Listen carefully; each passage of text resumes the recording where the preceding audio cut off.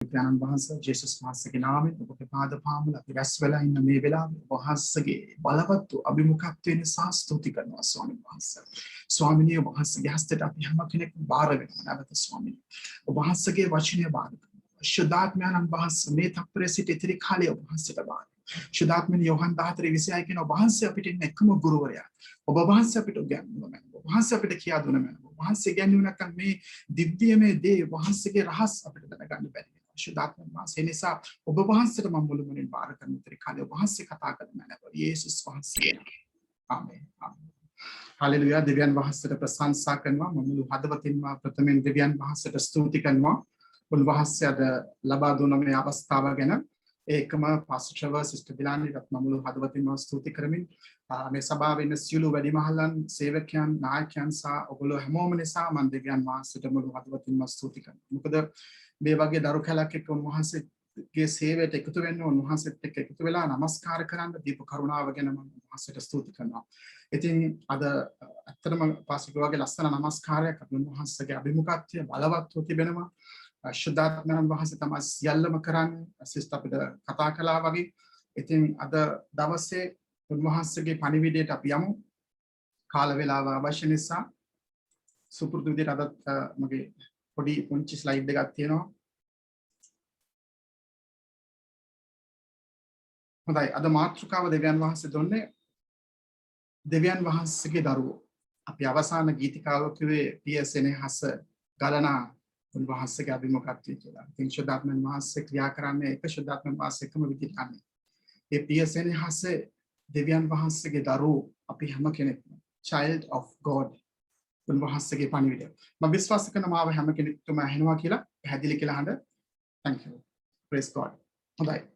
අපි දන්නවා අපි ආවේ දැන් ගිය අවුරුද්දේ නම් මේ අවුරුද්ද වෙනකම් අපි බැලුවොත් එම පැන්ඩමික් කියයි වසංගත රෝග නොයෙකුත් දේවල් වලින් මුණ දීලා නොයෙකුත් කරදර වලින් ඉතින් සමහර කරදර වලට මුණ දුන්නා නොදුන්නා ක්‍රිස්තියානියෝ ඒවා නොඒවා ඉතින් නොයෙකුත් දේවල් තුලින් ආවා. ඉතින් අපි දෙවියන් වහන්සේ තුල අපිට තියෙන උරුමය නැත්නම් දෙවියන් වහන්සේ කවුද? අපි හැමෝම දන්නවා ඔබ දේව දරුවෙක්. මම child of God. I am a child of God කියලා. මම දෙවියන් වහන්සේගේ දරුවෙක් කියලා කියනවා. ඉතින් අපි ඒ ගැන තව පොඩ්ඩක් බලන්න තමයි යන්නේ දෙවියන් වහන්සේ තුළ. අපි පටන් ගන්නේ බයිබල් පදයට මතෙව් 15 වෙනි පරිච්ඡේදයේ 25 සිට 27 දක්වා. කියමු. නමුත් ඈ ඇවිත් උන්වහන්සේට නමස්කාර කොට ස්වාමිනී මට පිහිටුව මැනවයි කීවාය. උන්වහන්සේ උත්තර දෙමින් දරුවන්ගේ රොටි රැගෙන බල්ලන්ට දැමීම නොසුදුසුයයි කීසේක. නමුත් ඈ කතා කොට එසේ ස්වාමිනී බල්ලෝ පවා උන්ගේ ස්වාමීවරුන්ගේ මේසෙන් වැටෙන කැබලි කති කිව්වාය. 28. එවිට යේසුස් වහන්සේ ඈට උත්තර දෙමින් ස්ත්‍රිය නුඹේ ඇදහිල්ල මහත්ය. නුඹේ කැමැත්ත ලෙසම ඔබට වේවයි කීසේක. ඒ පැයේ පටන් ඇගේ දුව සුවපත් වූවාය. ඔව්. දැන් ඔබට විවේක තියෙන වෙලාවක ඔබ කියවන්න මතෙව් 15 වෙනි පරිච්ඡේදයේ කේනනයිට් නැත්නම් කානාන් ස්ත්‍රියෙක් ඇවිල්ලා ස්ත්‍රියක් වෙනවා. කොහෙද ඉන්නේ? ජේසුස් වහන්සේ යනවා තීර්සා සිදොන් වලට. තීර්සා සිදොන් වල කියන්නේ අද මොඩර්න් ඩේ ඇවිල්ලා ලෙබනන් වලට. ලෙබනන් වල තමයි තීර්සා සිදොන් තිබෙන්නේ. ලෙබනන් වල. ඉතින් ජේසුස් වහන්සේගේ සේවයේ කාලයේදී විවේක ගන්න ඕන වුණාම ජේසුස් වහන්සේ මොකද කරන්නේ? එයා යනවා තීර්සා සිදොන් වලට ගිහිල්ලා තමයි විවේක ගන්න. එතකොට ඒ කාලේ ජෝර්දාන්, ලෙබනන්, සිරියා වල සමහර කොටස් මුළු සිරියාවම නෙවෙයි. ඒ පැතිවල ඉන්න අයට කේනනයිට් නැත්නම් කානානි වරු කියලා කියනවා. ඒ නිසා මෙතන මම මේ පද ටික මම ගත්තේ නෑ. අවශ්‍ය කොටස් විතරයි මම ගත්තේ. කානාන් ස්ත්‍රියක් ඇවිල්ලා තමයි ජේසුස් වහන්සේ ගාවට ඇවිල්ලා ඇගෙන් ඉල්ලනවා. ඇගේ දුවට සනීප නැහැ. ඒ යක්ෂාවේශයක් වෙලා ඉන්න නිසා මගේ දුව සනීප කළා කියලා ඉල්ලද්දී ජේසුස් වහන්සේ කියන නමුත් ඇවිත් උන්වහන්සේට නමස්කාර කොට ස්වාමිනී මට පිහිටුව මැනවයි කිව්වේය. උන්වහන්සේ උත්තර දෙමින් දරුවන්ගේ රොටි රැගෙන බල්ලන්ට දැමීම සුදුසුදයි කීසේක. දැන් දරුවන්ගේ කියන කොටස තමයි අද අපි මේ පදය තුලින් අපි අරගෙන බලන්ට යන්නේ. මේ ගැන මම දන්න ඔබ දේශනාවල ගොඩක් අහලා ඇති විග්‍රහයන් ගොඩක් තිබෙනවා එළිදරව් ගොඩක් තිබෙනවා. නමුත් අද අවශ්‍ය කරන දේ දෙවියන් වහන්සේගේ දරුවෙක් කියන දේ තමයි අපි බලන්න යන්නේ. අපි යන් ඊළඟ ස්ලයිඩ් එකට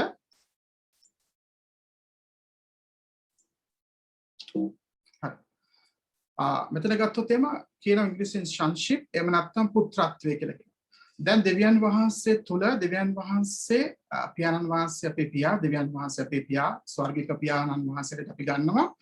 දැන් පිරිමි කෙනෙක්ට මම කියනවා දෙවියන් වහන්සේගේ පුතෙක් මම කියලා. එතකොට කාන්තාවක් නැත්නම් මගේ වයිෆ් හරි කවුරු හරි ලේඩි කෙනෙක් කියලා කියනවා මම දෙවියන් වහන්සේගේ දුවෙක් කියලා. හරි? එහෙමනේ අපි කියන්නේ මම දෙවියන් වහන්සේගේ පුතෙක් මම දෙවියන් වහන්සේගේ දුවෙක් කියලා. ඒක ප්‍රශ්නයක් නෑ. ඒක ඔබ ආදරයට ආසාවට දෙවියන් වහන්සේට කමතන විදියට. නමුත් දේව ධර්මානුකූලව අපි බැලුවොත් එහෙම හැමෝම එන්නේ පුත්‍රයෝ හැටියට තමයි එන්නේ වහන්සේගේ. පුත්‍රයෝ හැටියට තමයි. හරි? අපි ඒක අද කියන බලන්න යනවා කොහොමද කියලා. හරි? දැන් ඔබ දන්නවා මේ මෙතන ලියවිලා තිබෙන්නේ ඔක්කොම ග්‍රීක භාෂාවේ වචන. ඔබ බලයි මොකටද මම මේ ග්‍රීක දැනගන්න අවශ්‍ය කියලා. අද කාලේ තිබෙන ජාත්‍යන්තර භාෂාව ඉංග්‍රීසි වගේ ඒ කාලේ තිබුණේ ජාත්‍යන්තර භාෂාවක් හැටියට ග්‍රීක භාෂාව. එතකොට අලුත් ජීවිසුම ලිව්වේ ග්‍රීක භාෂාවෙන්. එතකොට ග්‍රීක භාෂාවේ තියෙන හරි තේරුම අපි දන්නේ නැත්නම් අපි බයිබලයේ ගැන සමහර දේවල් අපි හරියට දන්නේ නැහැ. අපිට තියෙන අයිතිවාසිකම් අපි දන්නේ නැහැ. අපිට තියෙන උරුමකාරකම් දන්නේ නැහැ. මට තියෙන බ්ලෙසිංස් මොනවද කියන එක මම දන්නේ නැහැ. හරි? ඒ නිසා තමයි මෙවැනි දෙයක් අරගෙන ඔබට කියලා දෙන්නේ මේක. ඉතින් අපි පළවෙනි එක කියනවා ග්‍රීක භාෂාවෙන් බ්‍රෙෆෝස් කියලා කියන්නේ ඉන්ෆන්ට් කෙනෙක්. ඒ කියන්නේ ලදරුවෙක්. ඉපදිලා හැම දෙයකටම අඬනවා, බඩගිනි ඇති වුණා අඬනවා. ඒ වගේ දරුවෙකුට කියන්නේ බ්‍රෙෆෝස් කියලා. ඊළඟට ඒ දරුවා චුට්ටක් වැඩුණාට පස්සේ ඊළඟට කියනවා පයිඩියා කියලා නැත්නම් පයිඩියන් කියලා. ඒකට තමයි එතනින් තමයි නම අරගෙන අද ඒ කුඩා ළමුන් බලන දොස්තර විශේෂඥයද කියන්නේ පීඩියට්‍රිෂියන් කියලා කියන්නේ. පීඩියට්‍රිෂියන් කියලා කියන්නේ ඒ නමින් තමයි ඒගොල්ලෝ අද ඒ බලන දොස්තරවරුන්ට කියන්නේ අද එතන පයිඩියා කියලා කියන්නේ. ඊළඟට නෙෆියෝස් කියලා කිව්වම ටිකක් තව වැඩිලා පැම්පර් එකක් දාගෙන හැම තැනම ගිහලා හැම දෙයක්ම අදිනවා. අදිද්දි අපි කියනවා ඕක අදින්න එපා අදින්න බලන්න. අන්න ඒ වයස් මට්ටමේ ඉන්න කෙනාට කියන්නේ නෙෆියෝස් කියලා. ඊළඟට ටෙක්නෝන් කියලා ගත්තම child both. ඒ කියන්නේ ගෑනු දරුවෙක් සහ පිරිමි දරුවෙක්. දැන් අපි ගෙදරකට ගියාම අපි කියනවා ඔයාලට දරුවෝ කී දෙනෙක් ඉන්නවද කියලා අපි අහනවා නේද? එතකොට එයා කියනවා අපිට දරුවෝ 3 දෙනෙක් ඉන්නවා. පුතෙක්කුයි දුවලා දෙන්නෙකුයි කියලා. ඉතින් අපි කියන්නේ ඔයාලට දරුවෝ කී දෙනෙක්ද දැරියෝ කී දෙනෙක්ද කියලා එහෙම අහන්නේ අපි. සාමාන්‍ය දරුවෝ එක. එතකොට දැන් දුවලා සමාහට ඉන්න තාත්තලා අපි කියනවා පුතේ කියලා එයාටත් අමතනවා පුතාට නේ. සමාහට පිරිමි දරුවාට පුතා කියනවා. සමාහට ගෑනු දරුවා ඉන්න ඒ ආදරයට පුතේ කියලා අඬ ගන්නවා. එතකොට ඒ ඇවිල්ලා දෙගොල්ලොටම කියන්නේ මොනවද කියන්නේ? ටෙක්නෝන් කියලා තමයි කියන්නේ ඒ වචනේ. හරි? ඊළඟට පස්වෙනි එක තියෙනවා ක්වියෝස්. ක්වියෝස් කියලා කියන්නේ sons නැත්නම් sons of God කියලා කියන්නේ. දැන් ඔබට මතක ඇති ගිය පාර මම කරපු දේශනාවේදී ජේසුස් වහන්සේගේ කුරුස පූජාව ගැන කතා කළා. ඒකෙදි යම් කිසි කාලවල ඒ කියන්නේ කාර්යයන් සිදු වෙනතුරු දෙවියන් වහන්සේ බලා සිටියා. කොහෙද කියන්නේ ගලාති 4:3 4:5 කියනවා. කාලය සම්පූර්ණ වෙනතුරු උන්වහන්සේ බලා සිටියා කියලා.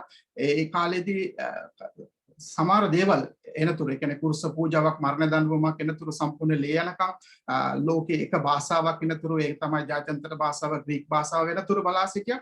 ඒ වගේම දරුවෙක්ව නීත්‍යානුකූලව මම කොහොමද ගන්නෙ මට කියන නීතියක් රෝමවරු ඒකත් රෝමවරු තමයි හඳුන්වලා දුන්නේ. ඒ නීතිය එනතුරු බලා සිටියා. ඒ හැමදේම සම්පූර්ණ වුණාට පස්සේ තමයි ජේසුස් වහන්සේ ආවේ මේ ලෝකෙට. හරි? ඉතින් ජේසුස් වහන්සේ ආවේ කවුරු වෙනුවෙන්ද? මේ සියලු ජනතාව වෙනුවෙන්. කොහෙද කියන්නේ යෝහන් 3:16 කියනවා උන්වහන්සේ අපිට ප්‍රේම කළසේක උන්වහන්සේගේ ඒජාති පුත්‍රයන් වහන්සේ දෙන තරම් ලෝකයට උන්වහන්සේ ප්‍රේම කළසේක කියලා. එතකොට දැන් බයිබලේ පුරාම අපි ගත්තොත් එම අලුත් දිවිසුමේ වැඩිපුරම ලියවෙන්නේ ටෙක්නෝන් සහ ක්වියෝස් කියන වචනය තමයි අපි දකින්නේ. හරි? මේ දෙක තමයි මේ දෙකින් තමයි පාවුල් තුමාද ජේසුස් වහන්සේද කතා කරන්නේ. ජේසුස් වහන්සේගේ උඩ අපි බැලුවා 25 වෙනි පළවෙනි ස්ලයිඩ් එකේ ජේසුස් වහන්සේ කියන දරුවන්ට තියෙන රොටි බල්ලන්ට දෙන්නේ නැහැ කියලා කිව්වා. එතන දරුවෝ කියලා උන්වහන්සේ ඇමතුවේ ග්‍රීක භාෂාවේ තියෙන ටෙක්නෝන් කියන කෙනෙක්. එතකොට මේල් සහ ෆීමේල් ඔබ සහ මම වෙන්න පුළුවන්. ඒ කියන්නේ දරුවෝ ඒ කියන්නේ පිරිමි දරුවෙක් සහ ගෑනු දරුවෙක්. ඒ දෙගොල්ලන්ටම තමයි උන්වහන්සේ ආවේ. ඒකට ටෙක්නෝන් කියලා. එතකොට යෝස් කියලා කියන්නේ දැන් මේ පිළිවෙල ඔබ බැලුවොත් එහෙම බ්‍රෙෆෝස්, පයිඩියා, නිෆියෝස්, ටෙක්නෝන් and පියෝස් කියලා. හරි. මේකම මේ විදියටම තියෙන අපේ ක්‍රිස්තියානි ජීවිතේ මම යේසුස් වහන්සේව පිළිගත්තම මම ලදරුවෙක්.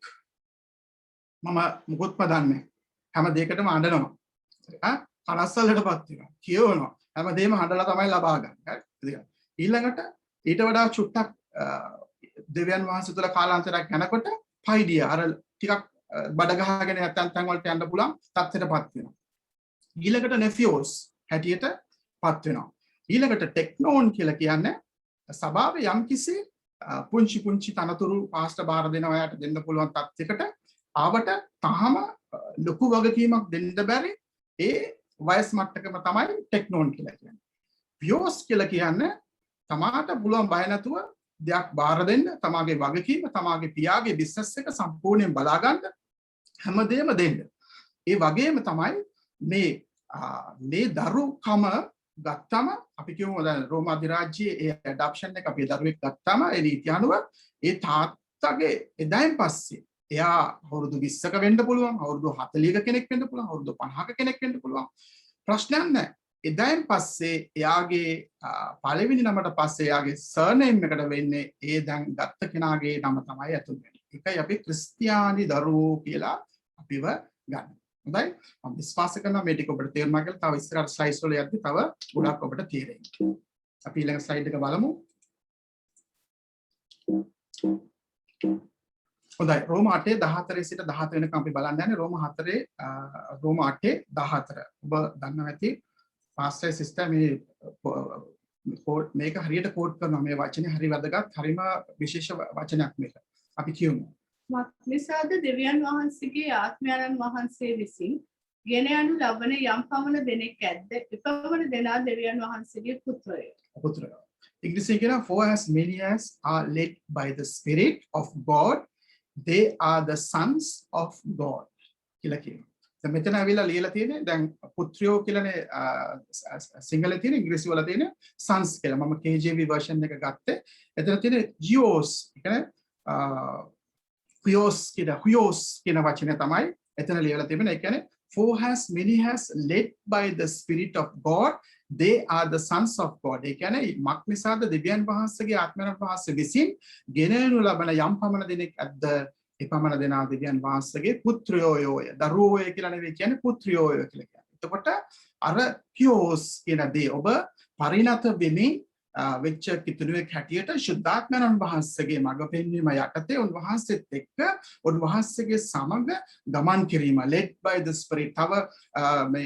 තව පරිවර්තනයක තියෙන walk by the spirit කියලා තියෙනවා. කොහොමද බයිබලයේ කියලා නෑ run with the spirit කියලා දුවන්න බෑ. walk by the spirit කියලා කියන්නේ අඩියක් තියෙනවා තව අඩියක් තිබෙනවා. එක අඩියයි නේද? අපි ඇවිදිද්දී එහෙමනේ ඇවිදින්නේ.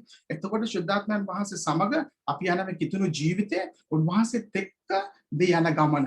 එතනද කියන්නේ ඊළඟට 15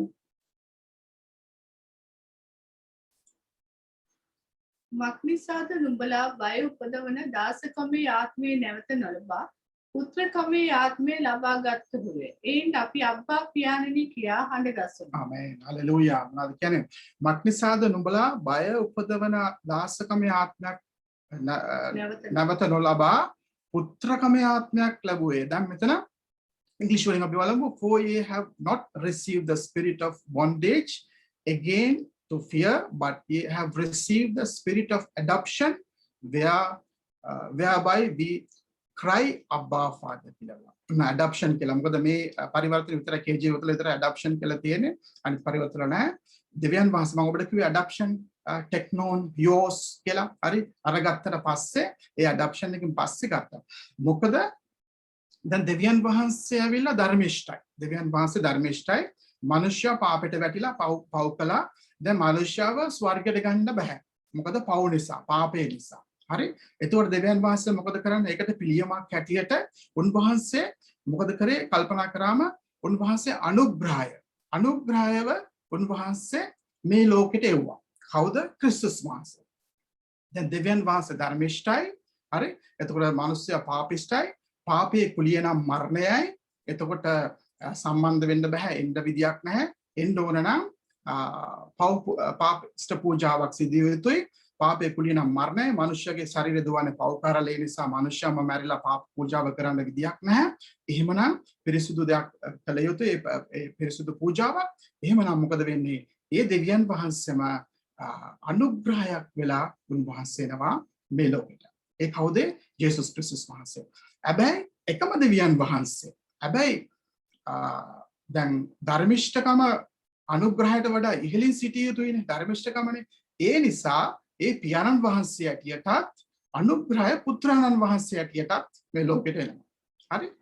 දැන් මේ දෙගොල්ලන්ගේ මේ දෙයට සාක්ෂි දරන්න කෙනෙක් අවශ්‍යයි. ඒ තමයි ශුද්ධාත්මයන් වහන්සේ. ඒක දෙවියන් වහන්සේ පියාණන් වහන්සේගෙන් නික්ම වූ ආවව ආත්මයන් වහන්සේ තමයි සාක්ෂි දරන්නේ. හරිනේ ඔබට දැන් තේරෙනවද? එතකොට ජේසුස් වහන්සේ කියනවා පිලිප් අහුවම පියාණන් වහන්සේ අපිට පෙන්වන්න කියලා ඔයා මාව දැක්කනම් ඔයා පියාණන් වහන්සේව දැක්කා කියලා කියනවා. දෙන්නම එකයි. හරි? එතකොට සමහර තැන්වල ජේසුස් වහන්සේ කියනවා නෑ නෑ මාගේ කැමැත්ත නෙවෙයි පියාණන් වහන්සේගේ කැමැත්ත කරන්න. එතකොට අනුග්‍රහය කියනවා නෑ නෑ මේ වෙලාවේ ධර්මිෂ්ඨකමට ඕන දේ තමයි මේ වෙලාවේ සිද්ධ වෙන්නේ. අනුග්‍රහයට ඕන දේ නෙවෙයි කියලා කියනවා. තේරුණාද? මේ තමයි ත්‍රිත්වත්වය. හරි? හරිම ලේසි ඔබට තේරුම් ගන්න මම විශ්වාස කරනවා.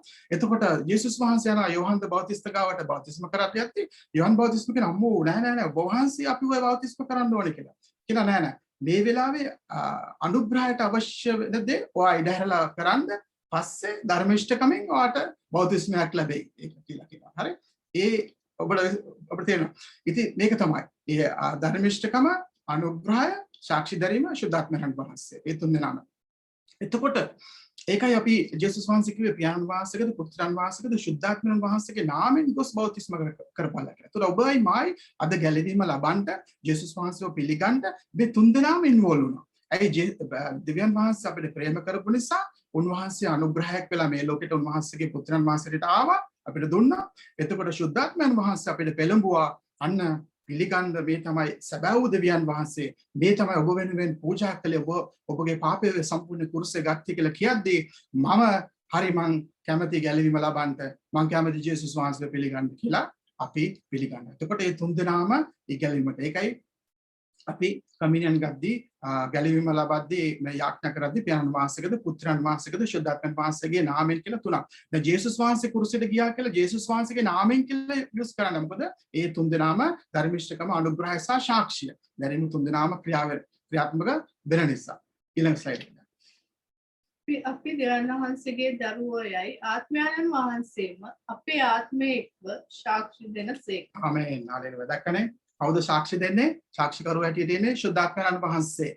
අපි දෙවියන් වහන්සේගේ දරුවෝයයි ආත්මයන් වහන්සේම අපේ ආත්මය එක්ක සාක්ෂි දෙනසේක. The spirit itself bears witness spirit that we are the children of God. දැන් අතන බැලුවා sons of God.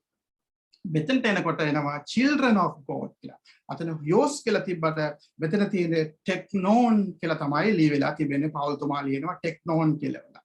මොකද කවුරු හෝ වේවා පරිණත වෙච්ච පිටුනෙක් හෝ වේවා පරිණත වෙච්ච නැති කෙනෙක් හෝ වේවා තාම ක්‍රිස්තුස් වහන්සේ තුළ වැඩෙන කෙනෙක් හෝ වේවා ටෙක්නෝන්. එතකොට දෙවියන් වහන්සේ තුළ අපි හැමෝම දරුවෙක් කියලා නිතරම අපිට මතක් කර දෙන්නේ අපිට සාක්ෂි දරන්නේ අප තුළ ඉන්න ශුද්ධාත්මයන් වහන්සේ. පටන් ගත්තම සිස්ටර් අපිට ලස්සන පදයකින් අපිට මඟ පෙන්වනවා වගේ ඒ ශුද්ධාත්මයන් වහන්සේ තමයි අප තුළ සිටින උන්වහන්සේ අපිට මඟ පෙන්වමින් යන්නේ. ඊළඟට කියන රෝම 8:17 තවද දරුවෝ නම් උරුමකාරයෝය ක්‍රිස්තුස් වහන්සේ හා සමග හවුල් දෙවියන් වහන්සේගේ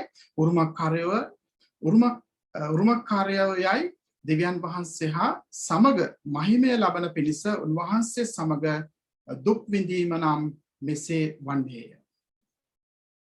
දැන් කවුද අපි දෙවියන් වහන්සේගේ උරුමකාරය?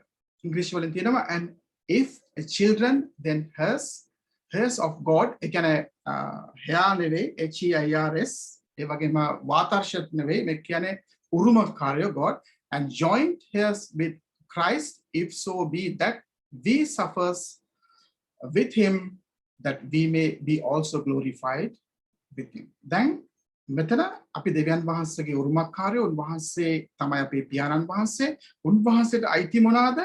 හැම දෙයක්ම මටත් අයිති.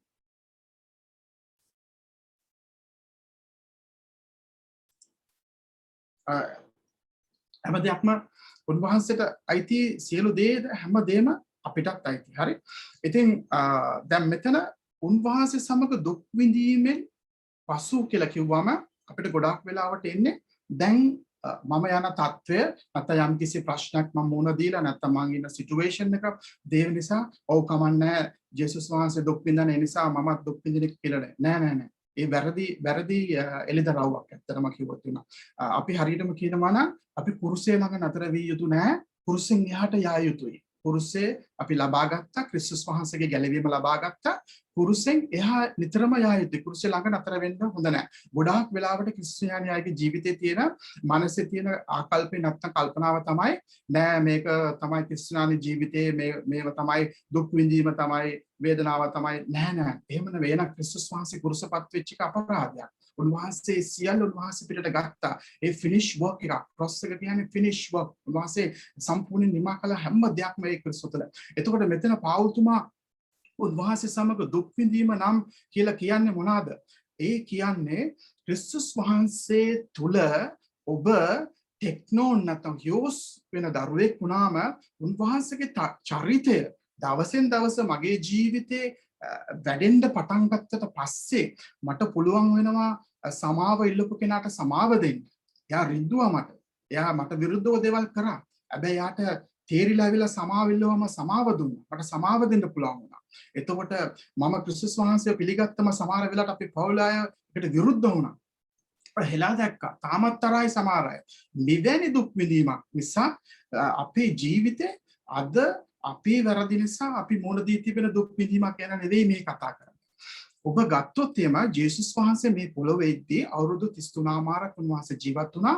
අවුරුදු 30 දී හරියටම යුදෙව් සම්ප්‍රදාය අනුව උන්වහන්සේ මොකද කරේ? සේවය පටන් ගත්තා. එතකොට අවුරුදු 3 මාරක් හරි 3ක කාලයේදී උන්වහන්සේ හොඳම දේවල් තිබ්බා උන්වහන්සේට. උන්වහන්සේගේ මිනිස්ට්‍රි එකට සපෝට් කරන්න වෙනම ස්ත්‍රීන් කට්ටියක් හිටියා. එකම තමයි මග්දලා මරියා සහ ජොහනා කියලා ඒ හෙරොද් ළඟ වැඩ කරපු එයාගේම ගවන කෙනෙක්ගේ වයිෆ් කෙනෙක්. එතකොට ඒ වගේ ගොඩාක් අය යේසුස් වහන්සේට සපෝට් කරා. ඔබ දන්නවද අපිට මේ බැනියමක තියෙනවා මේ දෙපැත්තේ මූට්ටු නැතුව කම්ප්ලීට් වෙච්ච බැනියමක්. ඒ කියන්නේ ඒවා ගණන්. යේසුස් වහන්සේගේ සල්ුව ඒ කියන්නේ උන්වහන්සේගේ සල්ුව ඒගොල්ලෝ බෙදා ගන්න හේතුව ඒ වගේ ඒ කාලේ ඒක හරි ගණන් එක. ඒ මූට්ටු කළ හදපු ලෝගුවක් නෙවෙයි උන්වහන්සේ දාන් හිටියේ. ඒ කාලේ ගණන්ම ඒවා තමයි උන්වහන්සේ දාන් හිටියේ. උන්වහන්සේට එහෙම මෙතන කතා කරන්නේ ඒ වගේ දුක් විඳින. හැබැයි උන්වහන්සේ කුරුසේදී දුක් විඳින.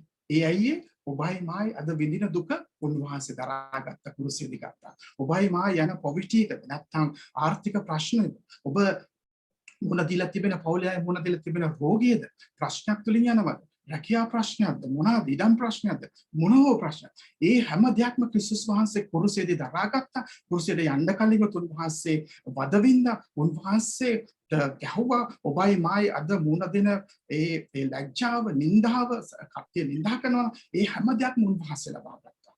ඒ දුක් විඳීමක් කරා මිසක් උන්වහන්සේට මුදල් නැතුව. දැන් අපිට ගත්තොත් එහෙම අපි කම්පැනි එක අපි කියනවානේ අපි කියලා ඇකවුන්ටන්ට් කියනවා 1000ක් දෙන්න. ඇයි මොකද 1000ක්? මේ කෑම ගන්න කිව්වා බොස් ඔක්කොමලාට. ඒ වගේ ගෝලියෝ ගියා කොහෙද? අර යොහන් 4 වෙනි පරිච්ඡේදයේ දේශස් වහන්සේ වල ඉඳ ළඟ තියලා රොටි ගන්න ගියා ඇතුළට. ඒගොල්ලන්ට සල්ලි තිබ්බා. ඕන තරම්. කෑම බීම එතකොට යන්නේ තැන් වල ඒගොල්ලන්ට ඩිනර් ලන්ච් ද කට්ටිය දුන්නා.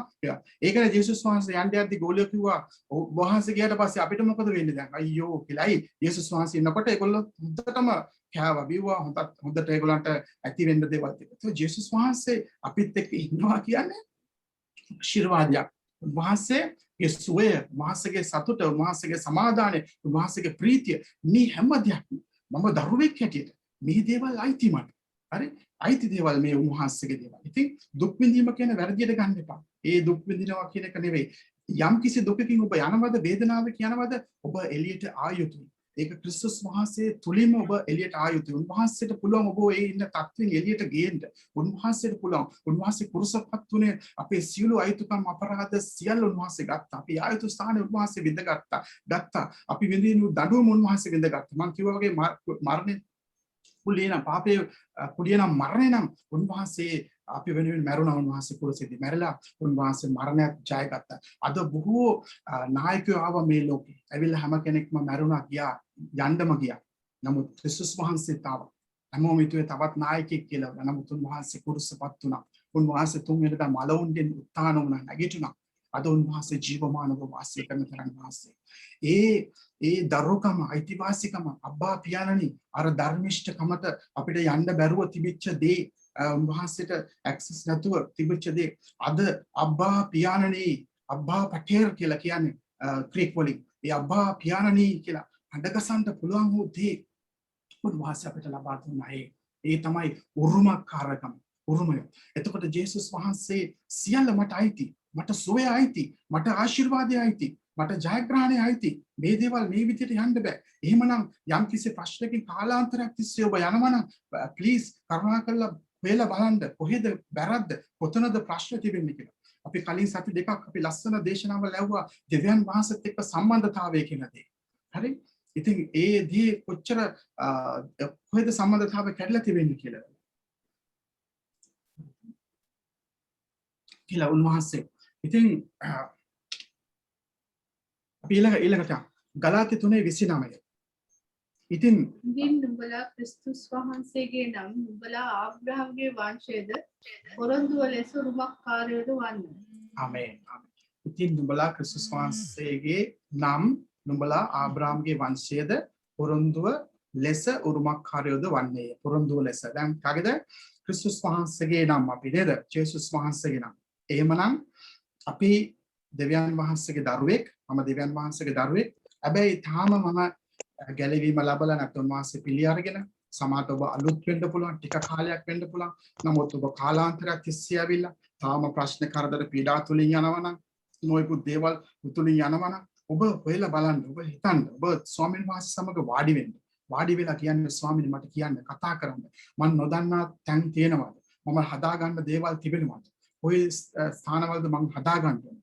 මොකද මම තාම ටෙක්නෝන් හැටියට පොඩි දරුවෙක් හැටියට කුඩා දරුවෙක් හැටියට මම ඉන්නේ. කොයි ආකාරද ඉන්නේ කියලා. ගලත් හතරේ පෙරලගන්න. ඉතින් කොයි ස්ථානකද මම අද යෝස් කියන දරුවෙක් හැටියටද මම ඉන්නේ නැත්නම් තාම ටෙක්නෝන් හැටියටද මම ඉන්නේ. හරි? ඒ කියන්නේ ඒ හැටියට දෙන්නේ නැත්නම් කොතනද ඉන්නේ, කොතනද වැරදුනේ කියලා ඔබ බලන්න. මොකද දෙවියන් වහන්සේ ඇවිල්ලා උන්වහන්සේගේ ආශිර්වාදය, උන්වහන්සේගේ සඵලත්වය, උන්වහන්සේගේ දීමනාවල් හැම දෙයක්ම ක්‍රිස්තුස් වහන්සේ තුළ උන්වහන්සේ රිලීස් කරලා ඉවරයි. අපිට දීලා ඉවරයි. අපිට තියෙන දේ ඇදහිල්ලෙන් ලබා ගන්න. ඒ දේ ලබා ගන්න. අපි පොඩ්ඩක් ගලාති 4 වෙනි පරිච්ඡේදයේ පළවෙනි පදේ නම් 4 වෙනි පදේ වෙනකන් පෙරලගමු. ගලාති 4 කී සිට 4 දක්වා. උරුමකාරයා සියල්ලටම ස්වාමියා නමුත් ඔහු බාලයෙක්ව සිටිනතුරු දාසියෙකුට වඩා වෙනසක් නැතුව පියා විසින් නියම කළ කාලය දක්වා ප්‍රවේශම් කරන්නන් හා ගබඩාකාරයන් යටතේ සිටින්නේ යයි කියමි. එසේම අපිත් බාලයන්ව සිටියේදී ලෝකයේ ගුරුකම් යටතේ දාසයව සිටිමු. නමුත් කාලය සම්පූර්ණ වූ කල දෙවියන් වහන්සේ ස්ත්‍රියකුගෙන් උපන්නා වූද ව්‍යවස්ථාව යටතේ උපන්නා වූද තමන් පුත්‍රයන්න් වහන්සේ වූසේක. ආමේන්. ආමේන්. හලෙලූයා. මොනවද කියන්නේ අපි තාම දාසෙක් වෙ කියන්නේ දරුවෙක් හැටියට පොඩි උරුමය ලබලා තාම හරියට මේ දේවල් හැන්ඩල් කරගන්න නැත්නම් දන්නේ නැත්නම් තාම දරුවෙක් හැටියට ඉන්නේ. පොඩි ලදරුවෙක් හැටියට. තාමත් ගබඩාකාරයට තේින්නේ. තාමත් ගිහිල්ලා දේවල් කරන්න නේද? ඉතින් එහෙම නෙවෙයි. අපිට හැමදාම බෑ එකම ස්ථානයක ඉන්න, එකම තැනක ඉන්න. කාලාන්තරයක් තිස්සේ ඇවිල්ලා එකම විදිහකට එනවා නම් ඔබ වෙනස් විය යුතුයි. දෙවියන් වහන්සේ කෙරේ හොය යුතුයි. දෙවියන් වහන්සේ ගැන දෙවියන් වහන්සේත් එක්ක තියෙන සම්බන්ධකමේ ප්‍රශ්නයක්ද කොහෙද වැරදිලා තිබෙන්නේ? කොතනද මෙහෙම වෙන්න විදියක් නෑ. මම කිතුනේ මම දෙවියන් වහන්සේගේ දරුවෙක්. මම ටෙක්නෝසා හියෝස් කෙනෙක්. වහන්සේගේ සියලු උරුමය අපි බැලුවා රෝම 8 වෙනි පරිච්ඡේදයේ බැලුවා අපි නම් උරුමකාරයෝ. ඉතින් ඒ හැම දෙයක්ම අයිති මට. සියලු දේවල්. එහෙමනම් තාම පරක්කු වෙන්න හේතුව මොකක්ද? කොහෙද වැරදුනේ? මොකක් හරි පාපයක් මා තුළ සිදු වෙනවද කියලා මම දෙවියන් වහන්සේ ඉදිරියේ වැටිලා අපිත් එක්ක ඉන්න ශුද්ධාත්මයන් වහන්සේ අප තුළ ඉන්න උන්වහන්සේ අපිට උදව් කරනවා. උන්වහන්සේත් එක්ක එන්න නේද? ඉතින් එතනදී කියන කවුද? එතකොට තාත්තා තාම බාර දීලා නැහැ. ඇයි? තාම දෙන්න විදියක් නැහැ කියලා. පොඩි දරුවෙක් ඇවිල්ලා. දැන් මගේ දෙවෙනි පුතාගේ වයස ඇවිල්ලා අවුරුදු 7යි යාට. ඉතින් මම යාගේ තාත්තා හැටියට ඉස්කෝලේ මොකක් හරි දෙයක් ඉල්ලුවොත් දැන් මෙහෙනම් මුදල් කියන එක නම දුබයි වලේම මම අපි කියමු මම යාගේ අතට පවුම් 50ක් දෙන්නේ නැහැ. මොකද යාට ඒක හැන්ඩල් කරන්න බෑ ඒක යාට. මොකද යා තාම පොඩි. හැබැයි යාට සමහරට 1 pound 2 pound මට දෙන්න පුළුවන්. හැබැයි යාට 50 pound නැත්නම් 50 pound දෙකක් 100 pound යාට දුන්නොත් යා මොකද කරන්නේ? අනිවාර්යයෙන්ම නැති කරගන්න. ඒක කවුරු හරි දැක්කොත් යාව රවට්ටලා යාගෙන් ගන්නවා. එතකොට ඒක මම තාත්තා පියෙක් හැටියට මම ඒක දන්නවා. එතකොට මම ඒක එයාට හැබැයි එයා ඒක හැන්ඩල් කරන්න පුළුවන් වයසකට නැත්නම් තැනකට ආවම මම එයාට ඒක දෙනවා. ඒකෙන් අදහස් වෙන එක මම එයාට දෙන්නේ නැහැ කියලා මගේ අයිති දේවල් එයාට නැහැ කියන එක නෙවෙයි ඒකෙන් අදහස් වෙන්නේ. එයා මට මගේ අයිති හැම දෙයක්ම එයාටත් අයිතියි. හරි? නමුත් එයාට ඒක හැන්ඩල් කරන්න බෑ. තාම එයා ඒ මට්ටමේ නැහැ. එහෙමනම් එයා වැඩෙන්න ඕනේ. වැඩෙන්න ඕනේ තව එනකොට. එතකොට දෙවියන් වහන්සේත් එහෙම. සමහර දේවල් ඔබට මේ වෙලාවේ තාම හැන්ඩල් කරගන්න බෑ මේක. තාම ඔබට දුන්නොත් ඔබ ඊටට වඩා සමාජයට වෙන් වෙලා ලෝකෙට යන්න පුළුවන්. විනාශ වෙන්න පුළුවන් ඔබගේ ජීවිතේ. ඒතකොට දෙවියන් වහන්සේ එතකොට අර තාම ටෙක්නෝලොජි හැටියට දැන් ගලාති 4 කිව්වා වගේ තාම ලදරුවෙක් හැටියට මම දේවල් කරනවා නම් තාම ක්‍රිස්තුස් වහන්සේ තුළ නෑ. මම ඒව නවත්තන්න ඕනේ. නවත්තලා දෙවියන් වහන්සේ තුළ ක්‍රියා කරන්න ඕනේ. දෙවියන් වහන්සේ කැමති නෑ දෙවියන් වහන්සේගෙන් පිට දේවල් කරනවා. දෙවියන් වහන්සේ ආසයි සුද්ධව ජීවත් වෙන්න. දෙවියන් වහන්සේ කැමති උන්වහන්සේගේ වචන අනුගමනය. කවුද උන්වහන්සේගේ වචනයට ලං වෙලා වචනේ සමග ගමන් කරනවාද? උන්වහන්සේගේ ආඥා පුළුවන් තරම් උත්සාහ කළා පිළිපදිනවාද? අපි කට්ටියට සමාව දෙනවාද? අපි ඒගොල්ලොත් එක්ක සමාදානයෙන් ජීවත් වෙනවාද? ඉවසනවාද අනිත් එක්කෙනා වෙනුවෙන්? එයාගේ තියෙන දුර්වලකම් දැකලා අපි දන්නවා. නමුත් එයා කරපු හොඳ දේ විතරක් බලලා එයා ගැන ඉවසලා අපි දේවල් කරනවාද? මෙන්න දෙවියන් වහන්සේ දෙවියන් වහන්සේගේ සැබෑ දරුවෙක් වෙමින් එනවා. අර ටෙක්නොන් වල ඩියෝස් වලට මාරු වෙනවා ඔබ. දෙවියන් වහන්සේගේ උරුමය ටික ටික ඔබ ලබා ගන්නවා. තව ස්වාමීනි මේ දේවල් අයිති කියන දේ. ඉතින් ගලාති 3 ඉතින් නුඹලා ක්‍රිස්තුස් වහන්සේ නම් නුඹලා ආබ්‍රහම්ගේ වංශයේද පොරොන්දුව ලැබූ උරුමකාරයෝද වන්නෝය. එනම් බලමු ආබ්‍රහම් උත්පත්ති 13:14-17. ආබ්‍රහම් කෙරෙන් ලොත් වෙන් වූ පසු ස්වාමින් වහන්සේ ආබ්‍රහම්ට කතා කොට ඇස්සොසවා නුඹ සිටින ස්ථානයේ සිට උතුරද දකුණද නැගෙනහිරද වස්නාහිරද දෙස බලාපන්න. මක්නිසාද නුඹ දක්නා වූ මුළු දේශය නුඹටද නුඹේ වංශයටද සදා කාලයටම දෙන්නෙමි. නුඹේ වංශය පොළවේ ධූලිවෙන් වැඩි කරන්නෙමි. එසේ හේන් මනුෂ්‍යෙක්ට පොළවේ ධූලි ගණන් කරන්න පුළුවන් නම් නුඹේ වංශයත් ගණන් කර හැකිවන්නේය. නැගිට දේශයේ දිගටත් හරහටත් ඵලයන්න. මක්නිසාද ඒක නුඹට දෙන්නෙමි කීසේක. ආමේන්. මේ ආබ්‍රහම්ට දෙවියන් වහන්සේ දීපු ආශිර්වාදෙන් ඒක කොටසයි. මොකද ආශිර්වාද ගොඩක් උන්වහන්සේ මේ පොරොන්දු අලුත් කිරීම කියලා තමයි මේකේ තිබෙන ටයිටල් එක තිබෙන්නේ. ආබ්‍රහම් කෙරෙන් ලොත් වෙන් වූ පසු ස්වාමීන් වහන්සේ ආබ්‍රහම්ට කතා කොට නුඹේ ඇස් ඔසවා නුඹ සිටින ස්ථානයේ සිට උතුරද දකුණද නැගෙනහිරද බස්නාහිරද දෙස බලාපන්නට. ඒ කියන්නේ ආබ්‍රහම්ට කොච්චර දුර බලන්න පුළුවන්ද ඒ ඔක්කොම යාට අයිති වෙනවා. කොච්චර දුර බලන්න පුළුවන්ද කියලා. අද මම දෙවියන් වහන්සේ තුළ මම කොච්චර විශාලව දෙවියන් වහන්සේව ඉතන්න පුළුවන්ද? ආත්මිකව මට කොච්චර දුර බලන්න පුළුවන්ද දෙවියන් වහන්සේත් එක්ක දේවල් මේ කරන්න පුළුවන් කියලා මම හිතනවාද? දෙවියන් වහන්සේ කියන මේ ඔක්කොම ආත්මත් කරගන්න ආලබනවා කියලා. හරි? කොලොස්සේ 3:1 කියනවා පහත් තියෙන දේවල් නෙවෙයි ඉහළ තියෙන දේවල් දිහා ඔයගොල්ලන්ගේ අවධානය යොමු කරන්න බලන්න කියලා. එතකොට මම දෙවියන් වහන්සේව සීමා කළා පුංචි බෝධිර නැත්නම් පෙට්ටියකට දාලා ඒ ප්‍රමාණය නම් ඒ ප්‍රමාණය තමයි. දෙවියන් වහන්සේ කියලා කොච්චර දුරට බලන්න පුළුවන්. එතකොට ආත්මිකව අද මේ මගේ ජීවිතේ මම දෙවියන් වහන්සේව මම යන මේ සිටුේෂන් එක මේ ආර්ථික තත්ත්වය මේ තියෙන වාතාවරණය නැත්තම් මේ කොවිඩ් නිසා හැමෝම මේ දවස්වල කොවිඩ් කියන හතර පැත්තම කොවිඩ්. එතකොට මමත් ඒකම එකතු වෙලා කොවිඩ් ගහනවද නැත්තම් දෙවියන් වහන්සේගේ වචනේ කියනවා. මම දකින්නවද නෑ ස්වාමීනි. මේ මොන කවුරු මොනවා කිව්වත් මගේ ජීවිතේ මේ දේවල් බලපාන්නේ නෑ. මට මේවා අයිති නෑ ස්වාමීන් වහන්සේ. මම ඔබ වහන්සේගේ දරුවෙක්. ඔබ වහන්සේගේ සීල උරුමය ලැබපු දරුවෙක්. මට මේ අයිති සොය, සමාදාන, ප්‍රීතිය, සතුට, ආශිර්වාදයේ සඵලත්වයේ ජයග්‍රහණය. මේ විතරක් නෙවෙයි ආධිපත්‍ය බලය උන්වහන්සේ අපිට දී තිබෙනවා. මේ හැම දෙයක්ම මට අයිති ස්වාමීන් වහන්සේ. මම මේ දේවල් තුලින් ඔබ වහන්සේ තුල ජය ගන්නවා ස්වාමී. හරි කාටත් ඒ කියන්නේ අරයට නැති වුණා කියලා මට ඒක බලපාන්නේ නැහැ මට අයිතිත් නැහැ. ඒ වසංගත රෝග එකක්වත් අපිට අයිති නැහැ අපිට ඒවා බලපාන්නෙත් නැහැ. ක්‍රිස්තුස් වහන්සේ තුල අපි නැවත නැගිටලා ඉන්නේ උන්වහන්සේ තුල. ආත්මයක් අපි බලවත් ආත්මයක්. අපිට ඒකක්වත් අයිති නැහැ රෝගයක්වත්. මොනවාද දින රෝගය රිෆියුස් කරන්න යේසුස් වහන්සේගේ නාමයෙන් මේවා මට අයිති නැහැ. මං දෙවියන් වහන්සේගේ දරුවෙක්. මා තුල ශුද්ධාත්මයන් වහන්සේ වාසය කරනවා. මේක ශුද්ධ මාලිකාවක්. මේකට බෑ ඒ දේ ඉෆෙක්ට් කරන්න, ඒ දේවල් කරන්න කියලා. ඔබ කතා කරනවද? ඔබ දකින්නවද? ඔබ කියනවද මේ ආබ්‍රහම් ප්‍රතිවර්ණ වහන්සේ පෙන්න ඔබට කොච්චර දුර බලන්න පුළුවන්ද නුඹ අත්පත් කරගන්නවා කියලා. ඊළඟට කියනවා නුඹේ වංශය පොළවේ දූවිලි මෙන් වැඩි කරන්නේ මේ එසේ එහින් මිනිස්සුෙකුට පොළවේ දූවිලි ගණන් කරන්න පුළුවන්. කාටද ගණන්? ඔයාගේ මගේ blessings කාටත් ගණන් කරන්න බැරි වෙනවා. uncountable blessings වෙනවා දෙවියන් වහන්සේ. බලවත් විදිහට. ඇයි? ඔබයි මාය දෙවියන් වහන්සේගේ දරුවෙක්. උන්වහන්සේ පියාගේ උරුමකාරය ලබලා තිබෙනවා. පියාට අයිති මොනවාද? හැමදේම ක්‍රිස්තුස් වහන්සේ කුරුසෙදී යක්ෂයාගෙන් උදුරගත්ත හැමදේම ඔබටයි මටයි දීලා ඉවරයි. ඒක ඇදහිල්ලෙන් ලබා ගන්න මම පාවිච්චි කරන එක තමයි තියෙන්නේ. ඊළඟට කියන නගිට දේශයේ දිගටම අරහට ඵලයන් කියලා කියන්නේ ඇක්ටිව් වෙන්න, ක්‍රියාත්මක වෙන්න. අයියෝ මේ දේ උනා නේද කියලා එක තැනක වෙලා කනස්සලටපත් වෙලා ඒකම කී ඉන්න, පයිකම හිතේ තේ ඉන්න. පයික නෙමෙයි ක්‍රිස්තියානි ජීවිතය කියන්නේ. ඇක්ටිව්ලි ඊළඟට මොනවද දෙන දිව්‍යන් වහන්සේ තුළ. ඒකයි කියන නැගිට ඵලයන් කිව්වා කියලා බලලා හිටගෙන ඉන්න එක නෙවෙයි. නැගිටලා ක්‍රියාත්මක වෙන්න. දේශයට දිගට හරහට ඵලයන් කියලා කියන්නේ අපිට දැන් එංගලන්තේ එක කොනේ අනිත් කොනට යනවා කියන එක නෙවෙයි. ආත්මිකව උන්වහන්සේගේ වචනය තුළ මම කොහොමද ගමන් කරන්නේ උන්වහන්සේත් එක්ක කියන එකට. තමයි උන්වහන්සේ අපිට කතා කරන්නේ. ඊළඟ පදය ඊළඟ අවසාන මේක මම ඉංග්‍රීසි වලින් ඔබට කොපි කරලා ගෙනාවා.